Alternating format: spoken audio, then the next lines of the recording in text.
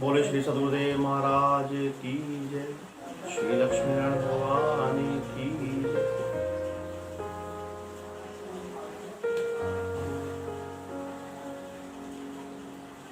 जीवन में ना बहुत भटकाव होता है,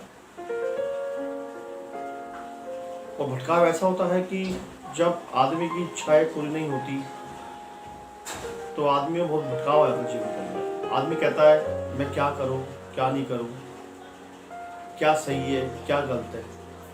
ठीक है, तो ये बहुत भटकाव है जीवन के अंदर। मैं भगवान को मानूं या नहीं मानूं, नास्तिक बढ़िया है, आस्तिक बढ़िया है, ये बहुत चीजें जीवन के अंदर हमारे आती है, तो ये भटकाव है। हम लोग कहते हैं यार वो नास्तिक है, वो बहुत अच्छा पैसे वाला है, बहुत सुख शांति घर में। वो आस्तिक है, बहुत गरीब है, परेशान है, बेचारा कैसे करेगा, जीवन कैसे चलाएगा अपना। ये भटकाव के शब्द है, और भटकाव मैंने इसलिए बोला है आपको कि ये जो शब्द हैं सिर्फ आपके मन को छोटा करने वाले शब्द हैं। आप पे धन दौलत है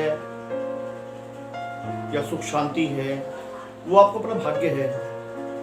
हर इंसान अपने भाग्य के मुताबिक पैसा कमाता है, अपने भाग्य के मुताबिक उसको अच्छा परिवार मिलता है, या पत्नी मिलती है, या बच्चे मिलते हैं। ये आदमी का अपना भाग्य है।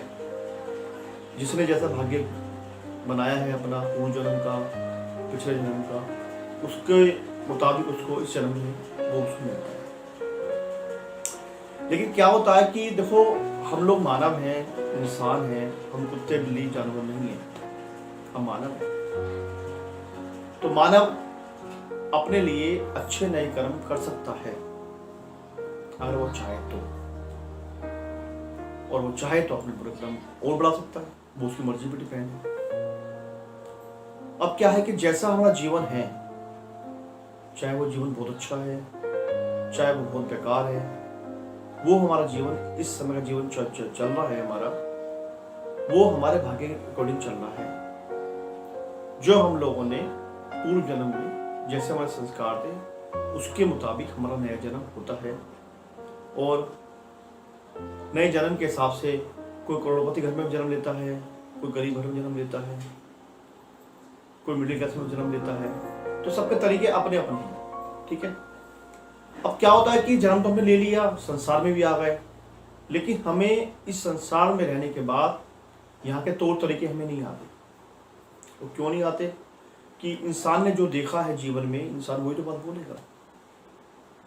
उसने अपनी खुली आंखों से एक चीज देखी है कि संसार कैसा है, तो वो उसके मुताबिक ही बात कर पाएगा। उसको अध्यात्मवाद का ज्ञान नहीं है। अब जिसको अध्यात्मवाद का ज्ञान नहीं है वो कैसे अध्यात्म की बात कर लेगा? अब जवाब दीजिए। आज के टाइम में समाज में हमारे दादा दादी जो कहते हैं बड़े बुजुर्ग मिसाल हैं, उनको भी ज्ञान नहीं है, हमारे माँ बाप को ज्ञान नहीं है, तो हमें ज्ञान कैसे होगा? 2021 की पीढ़ी को ज्ञान कैसे होगा? जवाब दीजिए। वो ज्ञान उसको होगा जो सत्संग में जाएगा, संत जनों की वाणी सुनेगा, हमारे शास्त्रों में, हमारे वेदों में क्या लिखा हुआ है उसको सुनेगा, संत महात्माओं से, विद्वानों से, तब उसको ज्ञान होगा। ठीक है, वो उसको मानेगा, समझेगा, विचार करेगा, तब उसको ज्ञान होगा। जब वो ज्ञानवान बनेगा तो निश्चित वो अच्छे अच्छे काम करेगा, वो माँ बाप की सेवा भी करेगा, वो समाज की सेवा भी करेगा। क्यों? वो ज्ञानी बन चुका है, उसका विवेक जागृत हो चुका है। ध्यान कर लें मेरी बात को, विवेक जागृत होना बहुत जरूरी है। जिसका विवेक जागृत हो गया वो इंसान धरती पे रहते हुए, आप ये मान के चलो, उसको मोक्ष हो चुकी है। आपको मोक्ष पे ढूंढना नहीं है, वो मोक्ष हो चुकी है उसकी, क्योंकि आपका विवेक जागृत हो चुका है। विवेक जागृत होता है तो शीर नीर का वो विवेक करता है कि क्या सही क्या गलत है। विवेक जागृत होने के बाद ही मानव कहता है कि परमात्मा का नाम ही सच्चा है। ध्यान कर लेना मेरी बात को। अगर आपका विवेक जागृत नहीं हुआ तो जैसे आप किसी जाते हैं, मुर्दे में जाते हैं, 2 घंटे के लिए वैराग पैदा हो गया, वह छोड़ यार क्या रखा जीवन संसार के अंदर, सब बेकार है। फिर बाहर आते हैं, हर आदमी अपने कर्म में लग जाता है, कोई चक्कू छुरी चला रहा है, कोई व्यापार कर रहा है, कोई किसी गला काट रहा है, कोई कुछ कर रहा है, कोई कुछ कर रहा है। आप ध्यान कर लेना मेरी बात को कि विवेक को जागृत करना बहुत जरूरी है, और विवेक जागृत करने के लिए सत्संग सुनना बहुत जरूरी है। सत्संग सुनने से ही आदमी के अंदर विवेक जागृत होता है।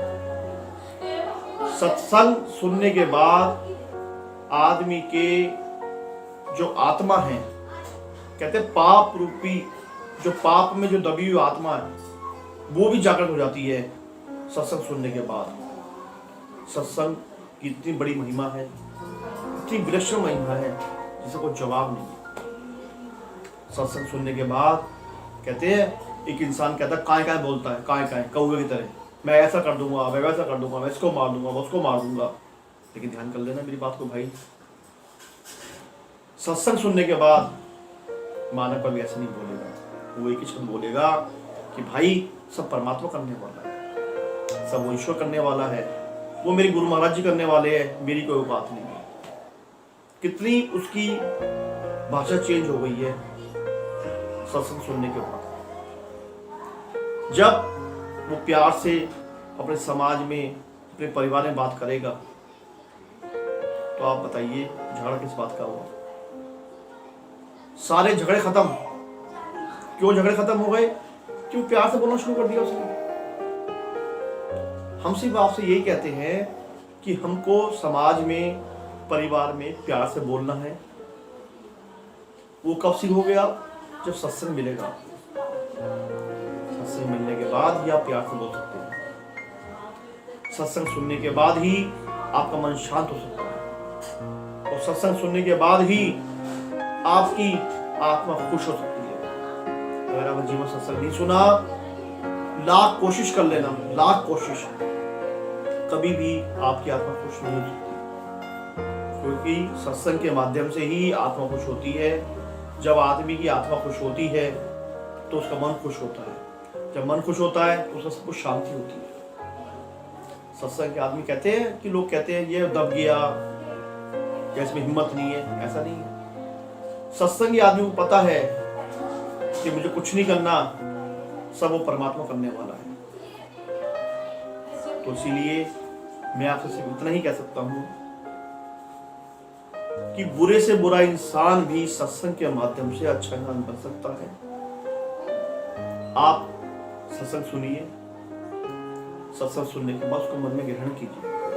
जो भी आपको बात अच्छी लगती हो सत्संग की, उसको अपने मन में धारण कीजिए और उसके मुताबिक चलना शुरू कीजिए जीवन में। जब आप ऐसा करेंगे तो जीवन में सुख, शांति, समृद्धि सब मिलेगी आपको। कहते हैं हमारा परिवार खुश है तो भगवान भी खुश है, हमारा परिवार खुश है तो समाज भी खुश है। तो हमको समाज को खुश रखना है, अपने परिवार को खुश रखना है, और हमें अपने आप को बहुत अच्छा बनाना है। अगर हम अच्छे बनेंगे तभी सभी कुछ अच्छा होगा। अगर हम अच्छे नहीं बनेंगे, अच्छे हमारे आचार विचार नहीं बनेंगे, तो कुछ भी अच्छा नहीं होता। कहते हैं जब बुखार आता है तो आदमी को रोटी अच्छी नहीं लगती, बुखार ठीक होता है तो उसको रोटी अच्छी लगती है। ठीक इसी प्रकार से हमारे जब गंदे विचार मन में आते हैं, जब हमारी बुरी सोच होती है, तो हमें सब कुछ बुरा लगता है। जब अच्छी सोच होती है सब कुछ अच्छा लगता है।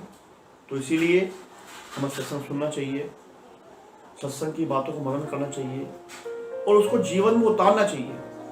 सत्संग खाली सुनने की चीज नहीं है। सत्संग सुन लिया, सुन के घर आ गए और अपने काम में लग गए। सत्संग सुनने के बाद उसको मनन करना चाहिए कि सत्संग में उन्होंने क्या बात बोली है, उसको सुन के अपने मन को विचार करना चाहिए कि इसमें कौन सी बात मेरे मतलब की है, वो आप रख लो।